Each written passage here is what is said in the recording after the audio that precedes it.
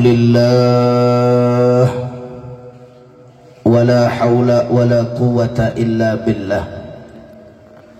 Asyhadu an la ilaha illallah wahdahu. Wabil khusus kepada Al-Mukarram Al-Ustadz Asep dan juga para kesepuhan yang lainnya, dan terkhusus kepada Al-Mukarramah Ibu Hajah Nonoh, panitia Ponpes Babun Najah, Kiai Haji Zainal Fadil, dan juga pimpinan Madrasah Riyadul Arfat, Al-Ustadz Ajat Sudrajat, dan semuanya yang mohon maaf namanya tidak saya sampaikan satu persatu, namun insya Allah tidak mengurangi rasa hormat ta'zim al-fakir kepada antum semua. Kita doakan mudah-mudahan mereka semua Allah berikan panjang umur, sehat walafiat, Allah mudahkan segala urusan dakwahnya, diberikan kemenangan dari dunia sampai akhiratnya, amin ya rabbal alamin. Dan begitu pula salam yang terkhusus kita sampaikan kepada seluruh dan segenap jajaran panitia penyelenggara yang telah bersusah payah untuk mensukseskan acara pada malam hari ini, baik siapapun yang telah ikut andil dalam mensukseskan acara pada malam hari ini. Kita doakan mudah-mudahan mereka semua Allah berikan pahala yang berlipat-lipat ganda, sehingga kehidupannya dipenuhi dengan barakah dari dunia sampai akhirat, amin ya rabbal alamin.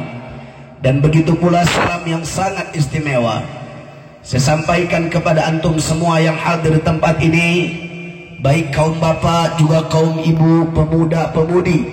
Mudah-mudahan kumpulnya kita di tempat ini menjadi penyebab turunnya rahmat dan barakah dari Allah Subhanahu wa taala. Dan tidaklah kita keluar selesai dari tempat ini melainkan segala dosa dan kesalahan kita diampuni oleh Allah. Mudah-mudahan kita semua yang hadir diberikan panjang umur.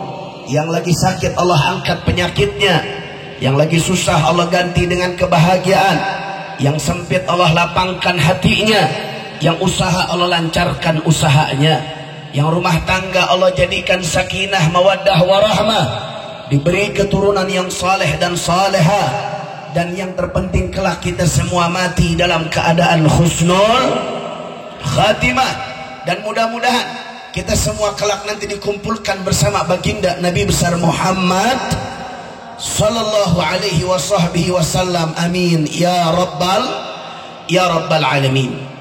Ahibba'il kiram, setelah puja dan puji syukur kita panjatkan mutlak bagi Allah Jalla Jalaluh, setelah salawat dan salam kita curahkan kepada junjungan alam baginda Sayyiduna Muhammad sallallahu alaihi wasallam, pada kesempatan malam hari ini di tempat yang penuh dengan keberkahan ini tempat menjadi tempat turunnya maghfirah dari Allah Subhanahu wa taala. Ini tempat menjadi tempat turunnya rahmat dari Allah, menjadi tempat turunnya pengampunan dari Allah. Oleh karena itu alangkah ruginya kalau kita semua yang hadir pada malam hari ini tanpa mengucap rasa syukur kepada Allah Subhanahu wa Ta'ala. Oleh karena itu, sebelum saya lanjut, saya mau tanya semua, jawab yang kompak. Malam ini senang apa tidak? Kurang kompak, senang apa tidak? Gembira apa tidak? Bersyukur apa tidak? Alhamdulillahirabbil alamin. Sama kita maklumi bahwasanya pada malam hari ini kita semua berkumpul di tempat ini tidak lain dan tidak bukan dalam rangka yang paling utama, yaitu kita berkumpul dalam rangka bersilaturahim, saling bermuwajahah, saling bermusyafahah. Tidak lain tidak bukan, ini merupakan salah satu amalan yang dianjurkan oleh Nabi kita tercinta Sayyiduna Muhammad sallallahu alaihi wasallam, sekaligus dalam rangka memperingati di Isra dan dimi'rajkannya baginda Nabi besar Muhammad sallallahu alaihi wasallam. Nah, ahibba'il kiram, barik lana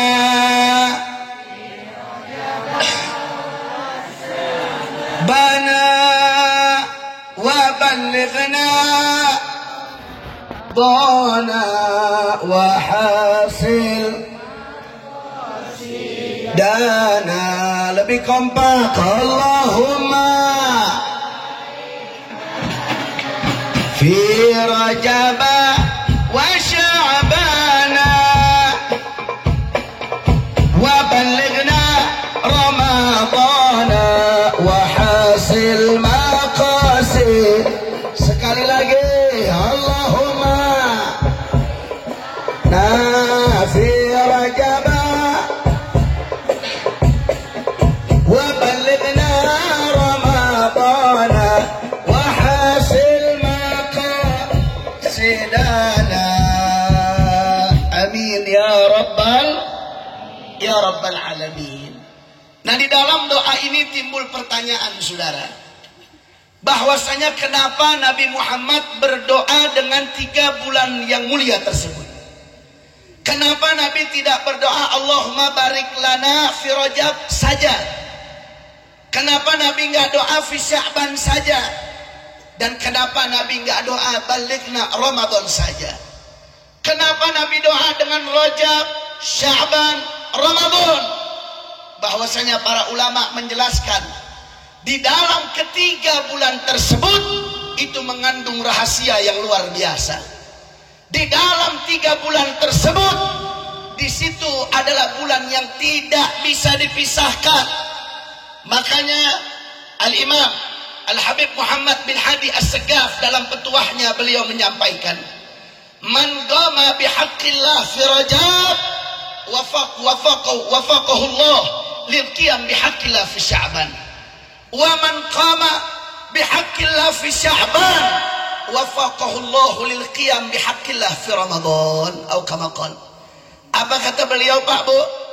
Barang siapa orang yang mereka menegakkan hak-haknya Allah, maksudnya menjalankan perintah Allah, meninggalkan larangan Allah di bulan Rajab, maka Allah akan memberikan taufik kepada mereka. Nanti di bulan Sya'ban Allah akan tuntun mereka menjadi hamba yang lebih baik lagi, saudara. Dan siapa orang yang mereka menegakkan hak Allah, menjalankan perintah Allah, meninggalkan larangan Allah, maka Allah akan memberikan hidayah, Allah berikan taufik, sehingga mereka di bulan Ramadan Allah akan jadikan hamba yang lebih baik lagi daripada bulan Sya'ban, saudara. Dan manakala kalau orang mereka masuk di bulan Ramadan mendapatkan taufik dari Allah, mendapatkan petunjuk dari Allah, bimbingan dari Allah, tentunya yang pasti akan mereka dapat adalah Lailatul Qadar. Yang mana kalau orang, Pak Bu, mereka mendapatkan Lailatul Qadar, maka demi Allah kehidupannya akan diberkahi oleh Allah Subhanahu wa Ta'ala. Jadi itu yang kita harapkan, Pak Bu, Dan termasuk salah satu harapan daripada baginda Rasul agar Nabi selalu diberikan petunjuk oleh Allah, Nabi selalu dibimbing dengan hidayah oleh Allah untuk melewati daripada bulan-bulan mulia tersebut. Alhamdulillah. Makanya saya mau tanya Pak Bu, kalau orang di Ramadan dapat Lailatul Qadar, hebat apa tidak? Hebat apa tidak? Mulia apa tidak? Sudah pasti Pak Bu, kalau orang dapat Lailatul Qadar, maka mereka akan mati dalam keadaan husnul khatimah. Dan mudah-mudahan ya Rabb, kita semua mendapatkan husnul khatimah dari Allah Subhanahu wa taala. Amin ya rabbal alamin. Nah, lalu bagaimana saudara? Kita ini harus menjaga bulan Rajab ini dengan apa? Bahwasanya di dalam Al-Qur'an Allah mengatakan faqala ta'ala fala tadlimu fihinna anfusakum. Allah katakan jangan kamu zalimi dirimu sendiri fihinna, di dalam bulan tersebut. Setelah Allah mengatakan minha arba'atul hurum, Allah katakan fala tadlimu fihinna anfusakum, jangan kamu zalimi dirimu sendiri. Ulama ahli tafsir menjelaskan bahwa maksudnya apa? Mendolimi diri sendiri di dalam bulan tersebut. Aibil ma'ashi, dalam kitab tafsir Jalalain dijelaskan saudara, bahwasanya dengan maksiat kepada Allah. Makanya dengan menjaga bulan Rajab ini bagaimana? Dengan tidak bermaksiat kepada Allah Subhanahu wa taala, menjalankan segala perintah Allah, mengikuti segala apa yang diinginkan oleh Allah, meninggalkan larangan Allah, melaksanakan sholat, berbuat kebaikan, kemudian hal-hal yang diridhoi oleh Allah Subhanahu wa taala. Itu adalah bentuk salah satu cara kita menghargai daripada bulan Rajab. Lalu kenapa Allah bilang jangan kamu zalimi dirimu sendiri dengan maksiat kepada Allah? Karena memang pada hakikatnya saudara, ketika seseorang mereka bermaksiat kepada Allah, hakikatnya mereka menzalimi diri dia sendiri saudara. Karena Allah ghaniyun 'anil 'alamin.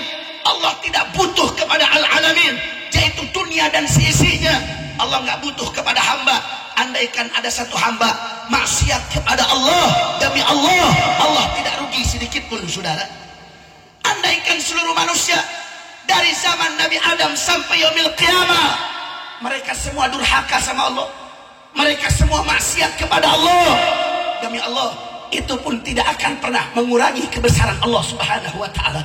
Dan sebaliknya, kalau semua umat taat kepada Allah, semua manusia baik, semua manusia melaksanakan ketaatan yang Allah perintahkan, maka demi Allah, itu pun tidak akan pernah menambahkan kemuliaan Allah Subhanahu wa taala. Jadi intinya saudara, ketika kita maksiat kepada Allah, hakikatnya kita telah zalim kepada diri kita sendiri. Makanya oleh karena itu Pak Bu, jangan kita zalim dengan diri kita sendiri dengan melakukan maksiat kepada Allah Subhanahu wa ta'ala. Kira-kira jelas apa tidak? Jelas apa tidak? Jadi cara memuliakan bulan Rajab yaitu dengan cara apa? Tidak maksiat kepada Allah. Kalau di bulan Rajabnya kita menjaga hak Allah, Allah kasih taufik kita di bulan Sya'ban. Kalau di bulan Sya'ban kita tetap menjaga hak Allah, Allah bimbing kita, Allah kasih kita petunjuk, Allah berikan kemudahan kepada kita untuk melaksanakan ibadah yang lebih kuat ketika nanti masuk di bulan Ramadan. Kalau orang di Ramadan mereka betul-betul menjaga hak-haknya Allah, maka mereka pasti akan mendapatkan Lailatul Qadar. Amin ya Rabbal Alamin. Itu yang pertama ingin saya sampaikan saudara. Yang kedua, masih berkaitan tentang Isra wal Mi'raj baginda Nabi besar Muhammad. Saya yakin semua orang di sini sudah tahu bagaimana kronologis Nabi Muhammad di dalam Isra dan Mi'raj. Bagaimana Nabi berangkat dari Masjidil Haram ke Masjidil Aqsa, kemudian dimi'rajkan, diangkat oleh Allah untuk sampai berjumpa dengan Allah Subhanahu wa taala. Saya yakin semuanya udah tahu tentang kisah ini. Saya ingin menyampaikan bahwa ada kisah yang menarik setelah kejadian Isra wal Mi'raj baginda Nabi besar Muhammad. Ini malam Nabi Isra Mi'raj Besok paginya Nabi Muhammad kumpulkan para sahabatnya di satu lapangan di Mekah, saudara. Nabi bilang, ayo kumpul semua di Mekah, kumpul semua di lapangan. Ketika dapat perintah dari Nabi, para sahabat sami'na wa ata'na, mereka kumpul di lapangan, saudara. Bahkan yang kumpul saat itu di lapangan tersebut bukan hanya para sahabat, bukan hanya umat Islam, akan tetapi orang-orang kafir, termasuk Abu Jahal ikut kumpul di situ, saudara. Bu, kenal Abu Jahal? Bu, kenal ke Abu Jahal? Entah kenal? Wah, berarti nggak ngaji sirah ini. Tapi pengajian osok-osok, rutinan osok, terus naon atuh? Masya Allah, Bu, Abu Jahal itu siapanya Nabi? Betul, pamannya Nabi. Ketika Nabi Muhammad lahir, Pak, Bu, yang paling senang Abu Jahal, saudara. Sampai beliau saking senangnya ponakannya lahir, beliau memerdekakan budaknya, saudara. Beliau memotong, yaitu daripada hewan, potong domba, memerdekakan budak. Karena saking senang Nabi Muhammad lahir, saudara. Tapi ketika Nabi mendapatkan risalah dari Allah, diutus, diangkat menjadi seorang Rasul, Abu Jahal enggan untuk ikut, yaitu ikut dengan ajaran yang dibawa oleh Nabi Muhammad. Nah ini, saudara, Abu Jahal tertipu oleh setan, saudara. Apa yang menyebabkan Abu Jahal sehingga menjadi musuh Allah, menjadi musuh Nabi dunia akhirat? Karena egonya, kesombongannya, saudara. Muhammad itu kan ponakan saya. Muhammad itu kan anak kecil. Saya ini orang lebih tua. Masa harus saya ikut tunduk sama ajaran ponakan saya yang lebih kecil? Ini ego, saudara. Kesombongan. Dan itu sampai sekarang banyak diwarisi sifat itu di antara kita semua, saudara. Kadang-kadang ada orang lebih tua, kalau yang ngajinya lebih muda, kadang-kadang di hatinya ada seperti itu, saudara. Nu ngaji nage leutik keneh. Ilmu nage hadean aing. Eta mah bocil. Aya teh nu kitu. Aya teh. Padahal dalam ilmu tidak ada batasan, saudara. Mau muda, mau tua, mau bagaimanapun urusannya, umurnya dia. Kalau sudah bicara tentang ilmu agama Allah, undur maqala wala tandur man qala. Jangan lihat siapa yang bicara, tapi lihat apa yang dibicarakan oleh mereka. Alhamdulillah. Ini Abu Jahal ketipu setan, ngerasa tua, akhirnya egonya tinggi, nggak mau ikut Nabi, sehingga Allah laknat Abu Jahal dari dunia sampai akhirat, saudara. Bahaya apa tidak? Sombong itu bahaya apa tidak? Bahaya apa tidak? Bahaya. Singkat cerita, saudara, Abu Jahal kumpul di saat itu bersama Nabi Muhammad. Setelah kumpul para sahabat Nabi, Nabi Muhammad menyampaikan apa yang pengen disampaikan oleh Nabi. Nabi bilang, ya ashabi, wahai para sahabatku, kata Nabi, ya ahlu Makkah, wahai orang-orang Mekah, kata Nabi, ketahuilah, sesungguhnya tadi malam aku di-Isra dan di-Mi'rajkan oleh Allah Subhanahu wa taala dari Masjidil Haram ke Masjidil Aqsa yang ada di Palestina. Kemudian aku mi'raj, diangkat oleh Allah Subhanahu wa taala. Nabi baru ngomong begitu, saudara. Adik-adik sayang, jangan ganggu yang lain ya. Jangan ngobrol ya. Singkat cerita, Pak Bu, Nabi baru ngomong begitu tuh. Kata Nabi, tadi malam aku di-Isra dan di-Mi'rajkan oleh Allah. Tiba-tiba yang pertama kali protes, kira-kira siapa, Bu? Siapa? Abu Jahal, tepat sekali. Yang langsung protes dari belakang Abu Jahal. Ketika dengar Nabi Muhammad cerita, tadi malam katanya Nabi Muhammad ke Palestina. Abu Jahal langsung protes, nggak terima. Akhirnya dalam hatinya yang diganggu oleh setan, dia berpikir, saudara, Abu Jahal, ini adalah waktu yang cocok, waktu yang pas untuk memprovokasi orang Mekah agar tidak percaya kepada Muhammad. Akhirnya Abu Jahal bilang, orang Mekah, jangan kamu percaya dengan dustanya Muhammad. Orang Mekah ini kan sama tahu, mereka ada yang pernah ke Palestina. Sedangkan Muhammad bilang tadi malam dia ke Palestina, ke Masjidil Aqsa. Kemudian ini pagi sudah ada di Mekah lagi. Orang Mekah, gunakan otak warasmu. Gunakan logikamu. Akal mana yang bisa menerima cerita bohong dari Muhammad? Akhirnya saudara, saat itu keadaan hening luar biasa. Di samping Nabi Muhammad, ada sahabat yang mulia yang bernama Sayyiduna Abu Bakar As-Siddiq radhiyallahu anhu. Di samping Nabi Abu Bakar As-Siddiq, Abu Jahal lihat dari belakang. Oh, ini enaknya kita kerjain juga nih Abu Bakar biar nggak percaya sama Muhammad. Akhirnya Abu Jahal bilang, beliau langsung mengajukan pertanyaan kepada Abu Bakar, saudara. Apa kata Abu Jahal? Dia bilang begini, ya Abu Bakrin, antusaddiqu kadzba Muhammadin. Abu Bakar, apa kau percaya dengan bohongnya Muhammad? Abu Bakar, apa kau percaya dengan dustanya Muhammad? Kau dan aku sama pengalaman, wahai Abu Bakar. Kita pernah jalan bareng ke Palestina dengan menunggangi kuda saja tanpa istirahat. Itu 15 hari 15 malam, pulang pergi 1 bulan. Kalau jalan kaki satu kali ke sana 1 bulan perjalanan, saudara. Bolak balik 2 bulan. Sedangkan Muhammad bilang, Abu Bakar, tadi malam dia ke Al-Aqsa, tadi malam Muhammad ke Palestina. Ini pagi sudah sampai di sini lagi Abu Bakar. Gunakan otak sehatmu Abu Bakar. Gunakan otak warasmu Abu Bakar. Apakah percaya dengan dustanya Muhammad? Luar biasa, saudara. Abu Jahal berusaha untuk memprovokasi umat Islam agar tidak percaya dengan Nabi Muhammad.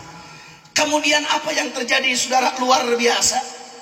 Abu Bakar dengan santainya, beliau menjawab pertanyaan daripada Abu Jahal dengan jawaban yang ringkas, jelas, singkat, padat. Beliau katakan sedikit kalimat, saudara, dengan menjawabnya.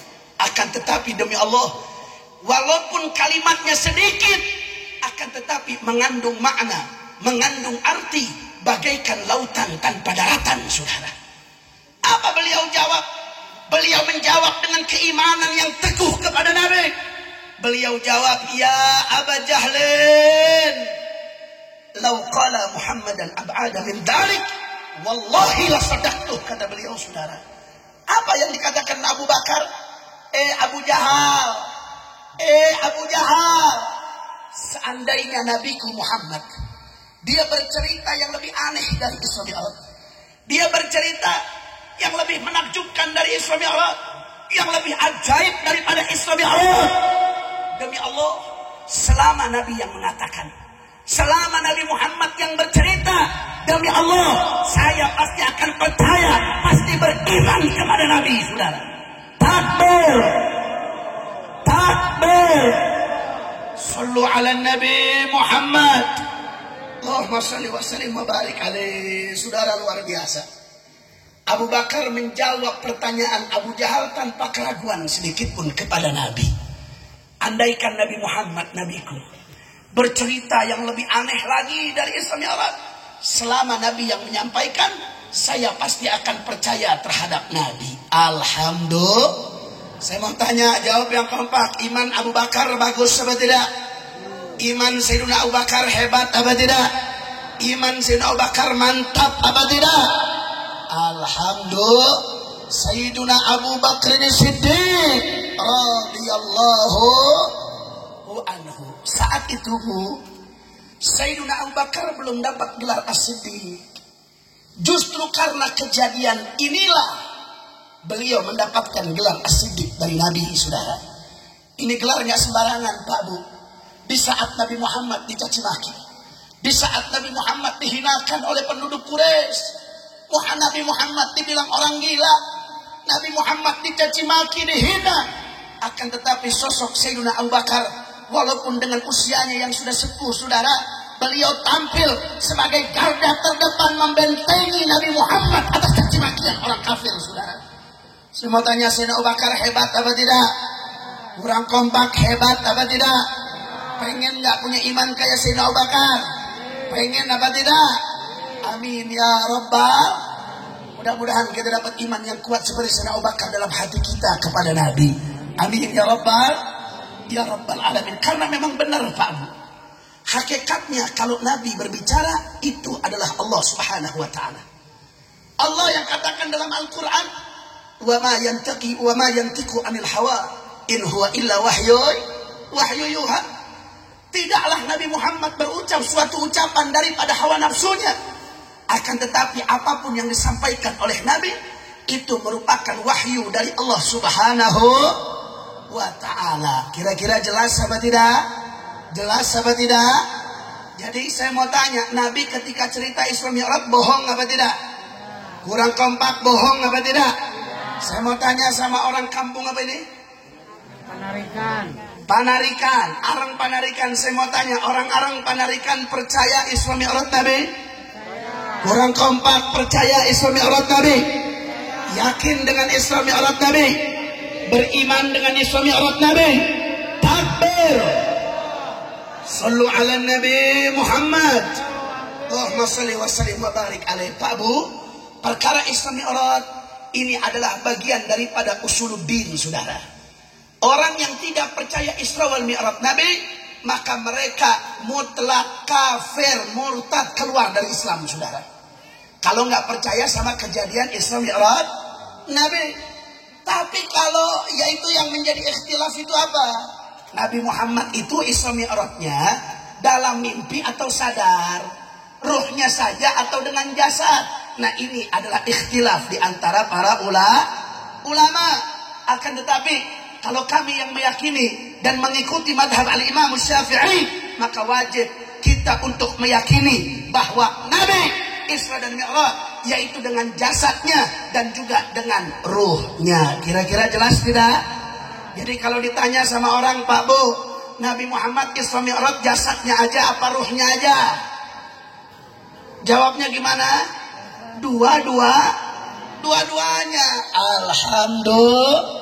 Alhamdulillah. Nah saudara, dibalik cerita dan kisah ini mengandung pelajaran yang penting sekali dalam kehidupan kita, yang harus kita amalkan di kehidupan kita, apalagi di akhir zaman seperti ini, saudara. Bahwasanya Syekhana Al-Walid Sayyidil Walid Abuya Al-Habib Muhammad Rizik bin Husain bin Syahab, beliau memberitahukan bahwa Sayyiduna Abu Bakar saat itu sedang mengajarkan kepada kita ilmu masa bodoh. Ilmu apa? Itu bahasa orang Jakarta. Kalau bahasa orang Areng, sabodo teuing. Betul? Jadi kata Habib Rizik, Bu, ini Sayyidina Abu Bakar lagi ngajarin sama kita tentang ilmu sabodo. Ilmu sabodo teuing. Ilmu apa? Kurang kompak. Ilmu apa? Ilmu apa? Sabodo teuing. Beb, ini ilmu di mana deui ya? Ini kalau orang Wahabi dengar, "Wow, ilmu apa nih? Mana ada ilmu buat sabodo teuing? Bid'ah, dolalah, neraka." Oh, Masya Allah, Bu, ilmu sabodo teuing bukan nggak ada dalil, dalilnya ada. Satu, yang melakukan siapa? Sayyiduna Abu Bakar. Di samping Nabi, artinya amalan ini terjadi pada kehidupan Nabi. Dan bahkan gara-gara itu Sayyidina Abu Bakar dapat gelar dari Nabi As-Siddiq. Kemudian, kalau begitu dalil Al-Qur'annya ada enggak? Kalau nggak ada dalil dalam Al-Qur'an nggak bisa nih, bid'ah. Saudara, ilmu sabodo teuing dalilnya dalam Al-Qur'an ada. Apa dalilnya, Beb? Dalilnya Allah katakan dalam Al-Quran, walau karihal kafirun, walau karihal musyrikun. Allah bilang masa bodoh sama orang kafir. Allah bilang masa bodoh sama orang musyrik. Allah yang bilang, saudara. Artinya, yaitu secara hadisnya ada, saudara. Kemudian dalil dalam Al-Qur'annya juga ada. Berarti ilmu ini bid'ah apa tidak? Bid'ah apa tidak? Ya, bid'ah. Cuman istilahnya yang Habib Rizik bilang ya memang bahasa Indonesia. Kalau di sini bahasa Sunda alias sabodo. Kurang kompak, sabodo. Apa sih Bib ilmu sabodo teuing? Nih saya mau kasih contoh nih. Mau tahu ilmu sabodo teuing? Nih maunya cuma 4 orang. Nih ibu-ibu banyak yang jawab 4 orang nih, yang lain kuntilanak apa naon dia. Masya Allah, lihat bapak-bapak menyempot di jero tuh. Kalah sama ibu-ibu, betul. Masya Allah, ini kayaknya suami-suami takut istri ini begini nih. Pak, oi, Pak, cager, damang. Alhamdulillah. Emang ibu-ibu selalu terdepan. Alhamdulillah. Bu, mau tahu Pak ilmu sabodo teuing? Mau tahu? Mau tahu? Mari perhatikan, saya mau kasih analogi, saya mau kasih contoh Pak Bu. Yang pertama, jawab yang kompak. Apa hukumnya bagi seorang wanita muslimah menutup auratnya? Kurang kompak, apa hukumnya? Apa hukumnya? Jadi menutupi aurat, contoh pakai kerudung, wajib tidak? Wajib tidak? Wajib bagi wanita muslimah yang sudah akil balik. Betul? Wajib. Nggak ada alasan, saudara. Kalau Allah sudah bilang wajib, sekali wajib tetap wajib. Ada yang protes orang areng. Habib makan nggak pakai kerudung. Yang pakai kerudung mas saya, Beb. Habib nggak ngerasain sih. Pakai kerudung teh haredang. Benar Bu? Benar. Apalagi kalau tengah hari bolong sambil ngebon, sambil macul, Beb. Di kebon haredang.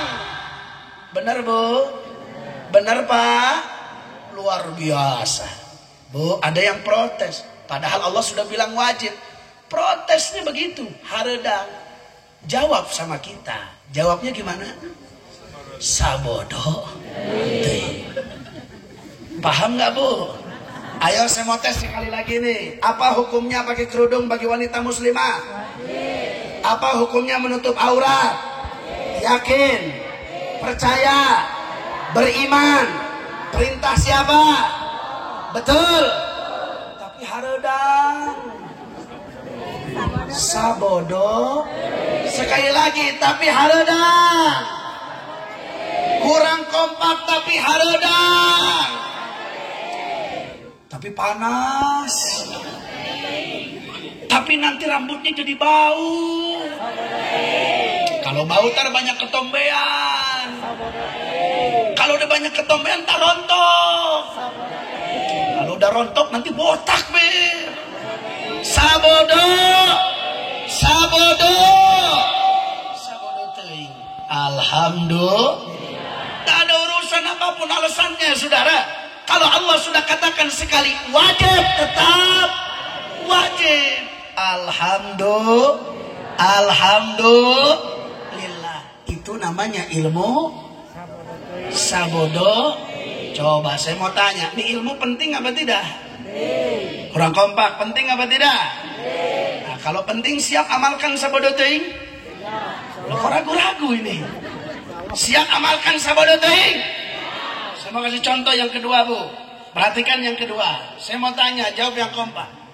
Apa hukumnya korupsi?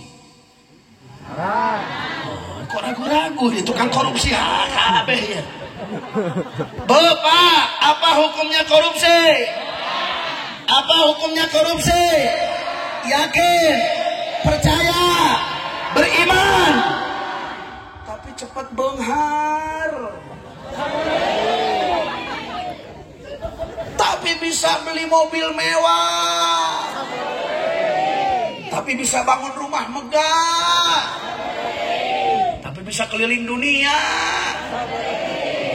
Tapi bisa nyandung deh. Bisa nyandung deh. sabodo. Tapi korupsinya cuman gope.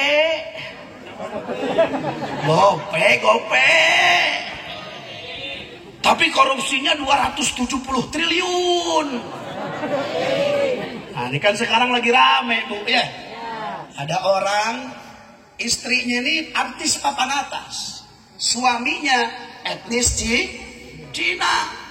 Apa yang dia lakukan? Dia korupsi uang negara, yaitu sekitar 270 triliun. Bu, pernah lihat duit 270 triliun? Pernah lihat? Jangankan lihat, mikirkan nol nah hungkul gelir. Betul? Tapi mau lihat? Mau? Ngapain lihat doang? Mudah-mudahan boga 270 triliun. Amin. Ya Rabbal. Allah maha benghar. Gak ada yang mustahil bagi Allah, betul? Nah, mudah-mudahan di berkah Rajab besok nemu duit 270 triliun. Ya Rabbal. Ya Rabbal. Bu, 270 triliun itu sebesar apa sih? Mari kita kalkulasi, Bu. Kita kalkulasi, Bu, ya. 270 triliun. Kita bagi 1 tahun, 362 hari. Itu, Bu, hasilnya.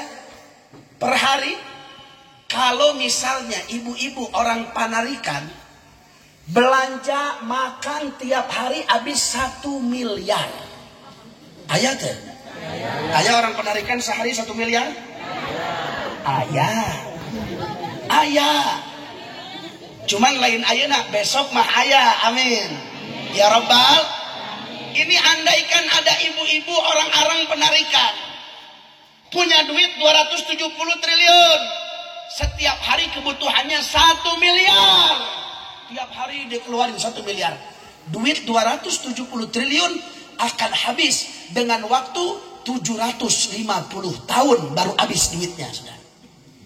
Gede apa ente? Begituin baru pada bengong tuh. 750 tahun. Itu 270 triliun. Belanja setiap hari 1 miliar. Habisnya kapan? 750 tahun. Itu duit baru habis. Gede ente. Gede tuh. Hayang. Ambil aja. Hayang. Ya ambil. Mana tuh bib mana tanya? Masya Allah, Bu. Korupsi uang negara 270 triliun. Ini bukan lagi 7 turunan, Bu. Iya. Ini bukan lagi nggak bakal habis 7 turunan. Saya rasa 30 keturunan pun bakal masih ada ini uang, Saudara. Betul?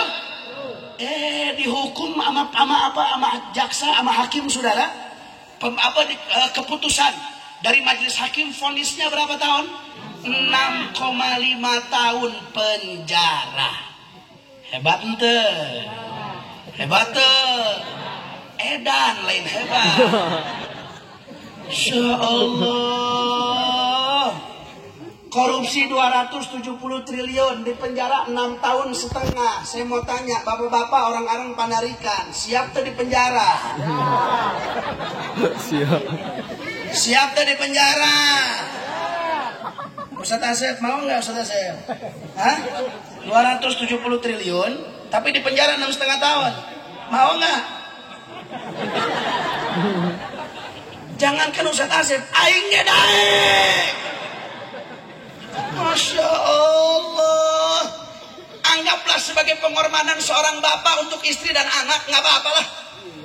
Nih anak istri 270 triliun, aing di penjara heula genep tahun setengah. Siap tuh? Siap. Betul? Betul. Kok jadi siap tadi sabodo teuing? Tuh, udah perkara duit, iman goyah. Benar? Tadi kayak yang benar sabodo teuing. Giliran begini jadi sarariap penjara ya. Masya Allah, Bu. Tapi korupsinya 270 triliun. Cuman 1 orang yang jawab. Yang lain iman goyang. Bu, ayo jawab, korupsi apa hukumnya? Betul. Tapi 270 triliun. Ragu-ragu nih. Tapi 270 triliun. Sabodo. Nggak ada urusan, saudara. Namanya korupsi. Berapapun yang dia ambil lewat jalur korupsi. Jangankan yang besar, hatta yang terkecil sampai yang terkecil. Walaupun 1 rupiah, saudara. Kalau diambilnya dengan cara korupsi, maka hukumnya adalah haram. Kira-kira jelas apa tidak? Jelas apa tidak? Saya kasih contoh yang ketiga, Pak Bu. Jawab yang kompak, jawab yang jujur. Apa hukumnya minuman keras? Apa hukumnya minuman keras? Apa hukumnya minuman keras? Yakin? Percaya? Beriman? Tapi enak. Tapi bisa ngangetin badan. Apalagi di areng matiris. Biasanya jadi alasan kalau tempat dingin, Pak Bu. Betul. Kalau ada anak-anak muda judulnya ngeronda, katanya ditanya, kok ngeronda sambil mabuk sih? Oh iya, Beb. Ini kan cuaca di areng mah tiris. Kalau mabuk kan bisa hangat badan, Beb. Ini kan maslahat, Beb, kalau hangat badan. Saya bisa ronda buat masyarakat walaupun dalam keadaan tiris. Bu, jawabnya gimana? Sabodo teuing. Nggak ada urusan, betul. Nggak ada urusan, saudara. Allah sudah katakan dalam Al-Quran, ya ayyuhalladzina amanu innamal khamru wal maisiru wal ansab wal azlam rijsun min amali syaitan fajtanibuh la'allakum tuflihun. Allah bilang tuh, Allah katakan ya ayyuhalladzina amanu nida'il hub. Allah katakan, orang-orang beriman. Ini panggilan kasih sayang dari Allah Subhanahu wa ta'ala. Allah panggil kita sebagai hambanya yang ada iman. Sehingga kalau di hatinya ada iman, dia akan merasa terpanggil dengan panggilan Allah Subhanahu wa ta'ala. Tapi kalau kita masih belum ada rasa terpanggil, artinya iman kita belum kuat. Atau na'udzubillah, hanya mungkin saja, yaitu casingnya Islam, tapi ternyata hatinya kafir. Na'udzubillahimin. Allah bilang apa? Innamal khamru, sesungguhnya khamar. Apa sih itu khamar, Bu? Khamar itu kullu muskirin haram. Setiap yang memabukkan, apapun judulnya, apapun namanya, apapun bentuknya, bagaimanapun cara pemakaiannya, kalau bisa bikin mabuk, hukumnya adalah haram. Jelas apa tidak? Kalau mabuk janda kumaha, Be? Hah? Saat asep mabuk janda kumaha? Halal apa? Masya Allah. Bu, mabuk janda mah itu haram. Ya? Yang haram yang bagaimana? Yang memabukkan itu namanya khamar. Apa sih? Apapun namanya, apapun bentuknya, mau bentuknya cair, mau bentuknya bisa diminum, mau bentuknya pil yang dimakan, mau bentuknya disuntikin, mau bentuknya diisap, mau bagaimanapun, apapun namanya. Mau namanya anggur merah, anggur putih, anggur hijau, mau anggur hitam, anggur abu-abu sekalipun, saudara. Kalau namanya khamar adalah namanya apapun namanya. Mau namanya narkoba, mau namanya minuman keras, minuman beralkohol, mau namanya narkotika, mau namanya kokain, mau namanya heroin, mau namanya sinte, mau namanya yaitu tembakau gorila, mau namanya ganja, semuanya adalah haram. Jelas apa tidak? Mobil tahu semua ini. Sinte, tembakau gorila. Loh iya, Bu. Saya kan searching juga. Tahu searching orang dia tahu. Tahu hente. Saya pertama dengar sinte, naon ya sinte. Saya lihat, oh ternyata sejenis narkoba juga. Sejenis Oh iya, jadi dai itu, saudara, mesti apa namanya? Mesti tahu penyakit masyarakat kayak dokter. Mesti tahu Lo kalau ada pasien datang ke dokter, kemudian dokter nggak tahu penyakitnya, bagaimana mau nyembuhin, saudara? Makanya para dai, para ustadz kan dokter hati bagi umat, betul? Makanya harus tahu tuh segala aneka ragam penyakit masyarakat. Kira-kira jelas tidak? Jadi apapun bentuknya adalah apapun namanya adalah tapi kan cuma sedikit dia nyobain hungkul. Gimana jawabnya? Cuman sedikit, nyobaan doang. Betul. Ma ashkaro kathiruhu faqaliluhu haram. Kalau banyaknya bisa bikin mabuk, sedikitnya juga adalah haram. Jelas apa tidak? Jadi mau sedikit mau banyak, apapun namanya, apapun bentuknya, yang namanya khamar adalah haram. Tapi ilegal, tapi legal. Ada izin dari pemerintah. Nah, dulu kan rame soal ini, saudara. Sampai sekarang ini masih berlaku. Ada yang diresmikan, dilegalkan oleh pemerintah untuk di hotel-hotel bintang 5. Jadi kalau bintang 5 halal katanya, Bu. Kalau di masyarakat haram. Gitu apa ente? Enggak begitu harusnya, saudara. Mau masyarakat, mau tingkat atas, saudara, nggak ada urusan. Mau rakyat, mau pejabat, hukumnya adalah haram. Sekali haram tetap haram. Kemudian saya mau tanya, jawab yang kompak. Apa hukumnya perjudian? Kurang kompak. Apa hukumnya judi? Apa hukumnya judi? Betul, yakin, percaya, beriman. Tapi cepat benghar. Tapi dapat judinya banyak. Lumayan aja lah buat bayar SPP anak sekolah. Bisa bayar kontrakan lumayan. Sabodoh. Allah juga ingetin, setelah Allah bilang innamal khamru, Allah katakan wal maisir. Apa itu maisir? Ulama ahli tafsir menjelaskan, Pak Bu, al-maisir adalah al-qimar, yaitu adalah perjudian. Pak Bu, kalau dulu orang mau judi itu mesti berangkat ke tempat bandarnya. Betul? Mesti berangkat ke tempat judinya. Kalau di jalan timbul rasa malu, dia balik lagi gak jadi main judi, sudah. Betul? Tapi kalau zaman sekarang, orang mau main judi gak perlu berangkat. Judinya yang datang ke rumah, sudah. Betul tidak? Betul. Lewat handphone, Pak Bu. Zaman sekarang kan ada judi on alias wih, hafal juga orang biasa. Saya pikir nggak tahu, hafal juga. Tahu slot, tahu. Ayo jawab jujur, Bu, di Garut banyak nggak yang main slot? Jawab jujur, loba henteu. Di Areng aya henteu. Aya.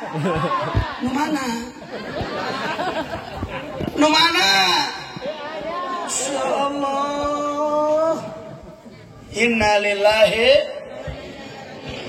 Bapak perhatikan. Data dari PPATK, data dari negara mengatakan apa? Bahwa di tahun 2023 perputaran uang dari judi online tahun 2023 itu tembus di angka 300 triliun. Hebat apa edan? Jangan bilang hebat. Edan tuh 300 triliun. Tadi 270 triliun saja. 1 miliar sehari, habisnya berapa tahun? 750. Ini 300 triliun, lebih banyak lagi, sudah.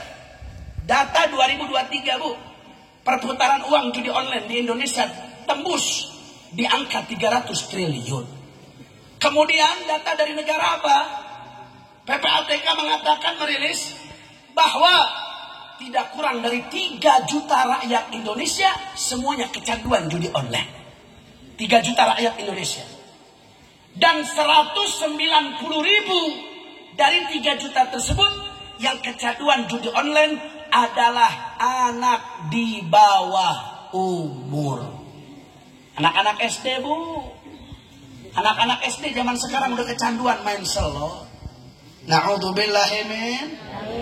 Lo bagaimana nggak kecanduan orang 5-10 ribu aja bisa dia main judi, saudara? Masya Allah, 10 ribu dapatnya 1 juta kalau nggak salah, saudara. Coba mana yang suka main slot, kasih contoh ke sini. Malah nih. Kalau di mana di rumahnya, oh paling keren, aing jago lah main judi. Kan dia tuh aing dikainkan. Waduh. Dan ditanya, isin. Bu, coba 190.000 jiwa yang kecanduan judi online, anak-anak di bawah umur SD. Anak-anak SD zaman sekarang yang pegang handphone, Bu. Hati-hati itu. Saya mau tanya, bahaya apa tidak? Bahaya apa tidak? Bahaya apa tidak? Bahaya. Saya mau tanya, jawab jujur. Kalau anak-anak kita judi, narkoba, mabok, ridho hente? Ridho hente? Marah enggak? Marah, saudara. Betul? Luar biasa, Pak, Bu. Bahkan, Bu, ada seorang istri ngebakar suaminya hidup-hidup gara-gara judi online. Betul? Si istrinya polwan, polisi wanita. Suaminya polisi pria. Dibakar suaminya hidup-hidup.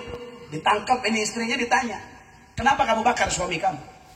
Ya habisnya bagaimana? Setiap bulan gajian saya nggak dikasih nafkah, anak saya nggak dikasih jajan, saya kesel. Ya udah saya bakar aja suami saya hidup-hidup. Bu, hebat apa enggak?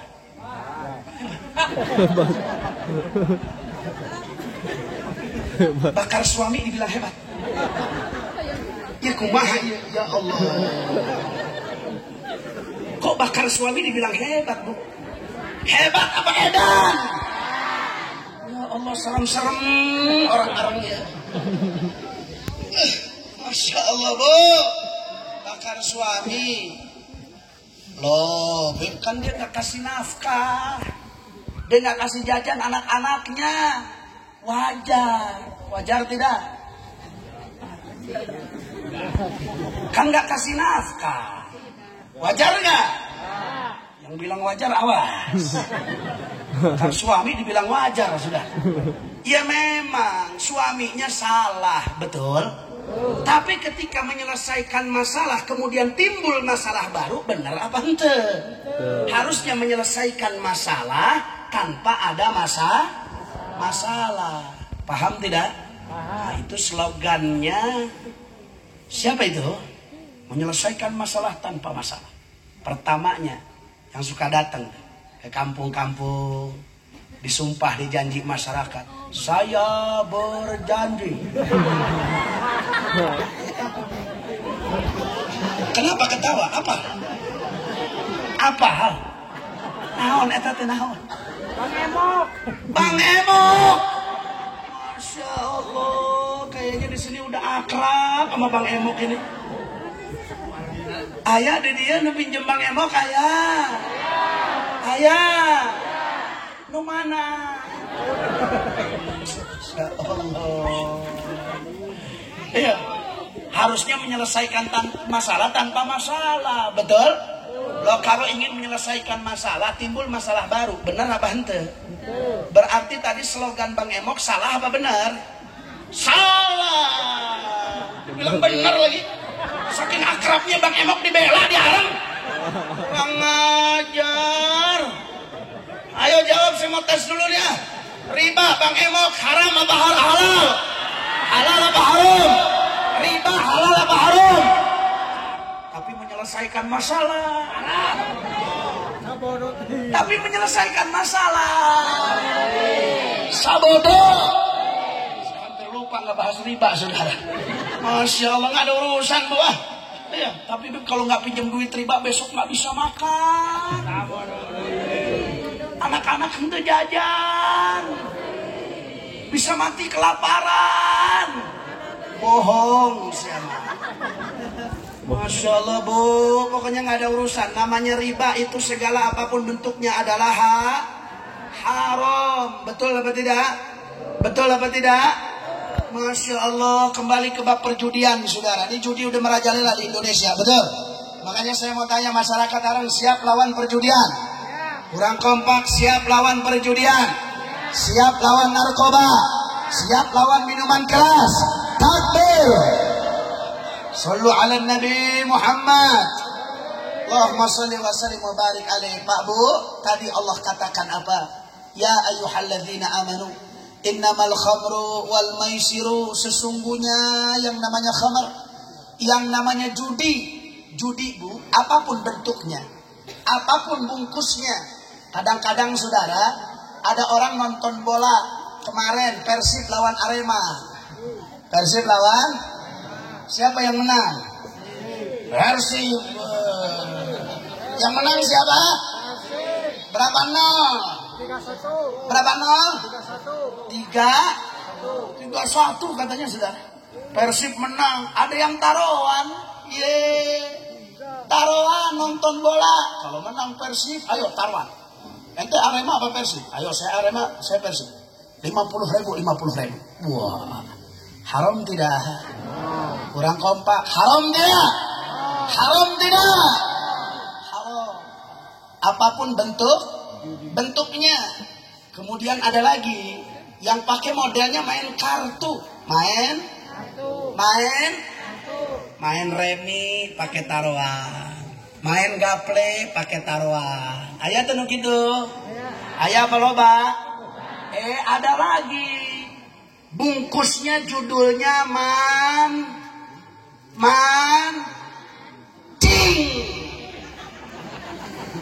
Judulnya apa? Judulnya apa? Ayah di dia nusok mancing. Nu mana? Ya kalau mancing di wahangan mah halal. Enggak semua mancing haram. Yang haram mancing itu yang bagaimana? Yang dia datang ke pemancingan, istilahnya konkur. Istilahnya yang begitu tuh. Dia mancing, mesti bayar tiket. Tiketnya bayar. Nah itu uangnya dikumpulin. Setelah dikumpulin nanti yang menang, yang dapat indukan menang. Duitnya dia dapat. Yang nggak dapat duitnya hilang. Apa itu namanya? Apa itu namanya? Namanya biar kurang kencang Bu, biar kedengeran sama tukang mancing Bu. Apa hukumnya? Apa hukumnya? Haram. Hati-hati tukang mancing tuh. Ya, perhatikan Bu. Suaminya ayah suka mancing ayah. Ayah, kalau mancing di wahangan mah sabodo teuing. Tapi kalau mancing di laut sabodo teuing.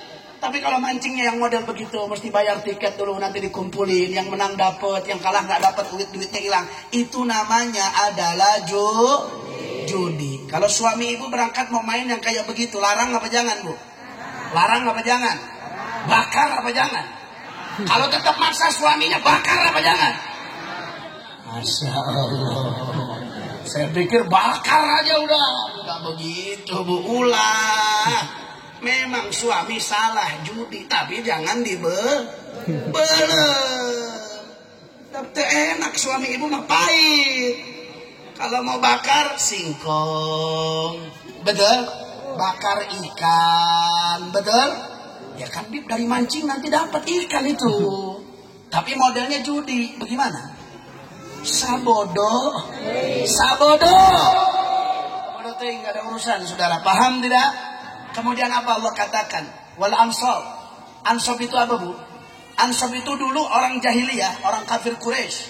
Orang jahiliyah di sana, mereka suka menyembelih hewan. Contohlah domba, ya. Mereka sembelih sapi. Kemudian mereka menyembelihnya di atas batu. Namun niatnya bukan untuk Allah, tapi diniatkan menyembelih hewan untuk berhala atau selain Allah Subhanahu wa ta'ala. Nah ansab itu nama batunya saudara. Ansab itu istilah batunya. Nah itu Allah katakan adalah perbuatan musyrik. Ansab, hati-hati saudara. Saya khawatir sama saudara-saudara kita yang di pinggir pantai saudara. Saya khawatir mudah-mudahan niatnya nggak seperti ini. Karena setiap tahun saya lihat ada tradisi di pinggir pantai itu saudara. Iya, apa namanya? Larung katanya saudara. Ada tradisi. Dia nyembelih sapi, ya, nyembelih kebo. kemudian si kepalanya itu